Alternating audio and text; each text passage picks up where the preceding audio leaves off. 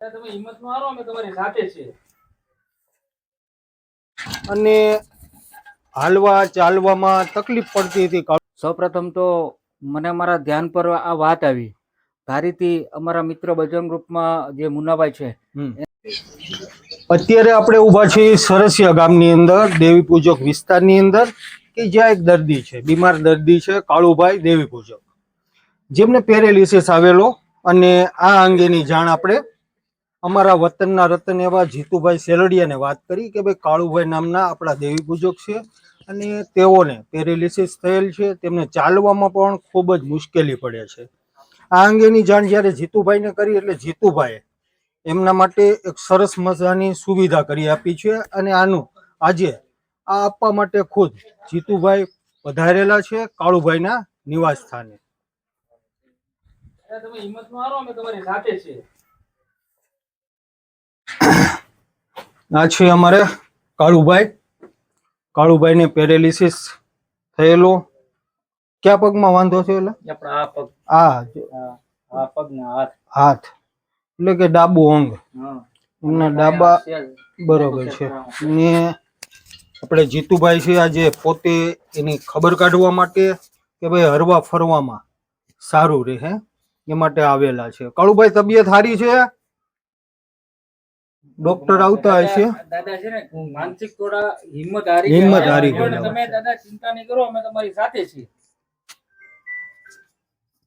Paralysis સારવાર થતા સારું થઈ જતું, એવો કોઈ જીવલેણ રોગ નથી. હા હા, 100%. અને ડોક્ટર જે આવે છે એનું કહેવાનું શું થાય? કસરત કરવાની રોજે રોજ. આની તો એક્સરસાઇઝ જ મેન સારામાં સારો ઉપાય તો એક્સરસાઇઝ જ છે. કેટલા દિવસથી બીમાર? 25 જમણ થયા છે. 25 દિવસથી બીમાર છે કાળુભાઈ. ઠીક છે, એને સારું થઈ જાય. આપણે જીતુભાઈ તમારા માટે આ જોઈ શકો છો. જીતુભાઈ વી આવો. દાદા તમારે આમાં છે ને હરવા ફરવાનું, તમે સ્વીકારે છો, તમારી તબિયત વધારે ખરાબ થશે, તમારે હરવા ફરવાનું છે. આપણે ખેવના લીધી, ગામના જે રહીશ બીમાર પડ્યા છે એમની ખેવના લીધી જીતુભાઈએ. અને હાલવા ચાલવામાં તકલીફ પડતી હતી કાળુભાઈને, અને સારું રહે, ખૂબ સારું રહે. જીતુભાઈ, તમે ગામ માટે ઘણી જ્યારે ગામને કંઈક ને કંઈક ગરીબ માણસને, જરૂરિયાતમંદને જરૂર પડે છે, એમનો સાથ સાંભળીને તમે હંમેશા મદદ કરવા માટે હાથ લાંબો કરો છો. પહેલાં તો હું આપના મા બાપને પણ ખૂબ ખૂબ ધન્યવાદ આપું કે તમારા જેવા સંતાન અત્યારે કોઈ પોતાને નથી સાચવી શકતા, ત્યારે તમે કિંમતની કોઈ વસ્તુની કોઈ કિંમત કરતા નથી અને લોકોને મદદ કરો છો. એ માટે બે શબ્દો કહેશો જીતુભાઈ? આ પ્રેરણા ક્યાંથી તમને મળે? સૌપ્રથમ તો મને મારા ધ્યાન પર આ વાત આવી.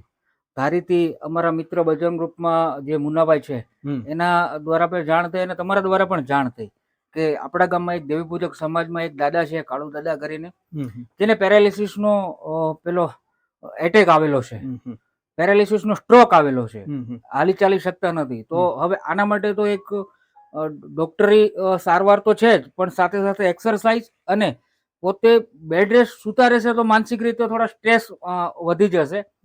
એટલે એના માટે એક વૈકલ્પિક વ્યવસ્થા વ્હીલચેર ની કરવામાં આવી છે, જેથી કરીને જો કે દાદા અત્યારે પણ અમે જોઈએ છીએ માનસિક રીતે થોડા દબાણમાં છે, પણ મેં દાદાને કહું છું કે દાદા તમે આના ઉપર આવીને હરવા ફરવાનું છે, જેથી કરીને તમને થોડું સારું અનુભવ હશે અને તમે ઝડપથી સારા થઈ જશો. અને કંઈ પણ બીજી જરૂરિયાત હોય કાળુભાઈ, અમે બેસેલા છીએ, જાણ કરી દેજો. તમારા દીકરાને કહેજો, કાંઈ પણ જરૂરિયાત હોય તો વાત કરજો, તમારો પ્રોબ્લેમ સોલ્વ થઈ જાય. અત્યારે તમારે માટે જે વસ્તુ આપી છે ભાઈ, એને કાળુભાઈનું થોડુંક ધ્યાન રાખજો અને કાંઈ પણ જરૂર હોય તો વાત કરજો.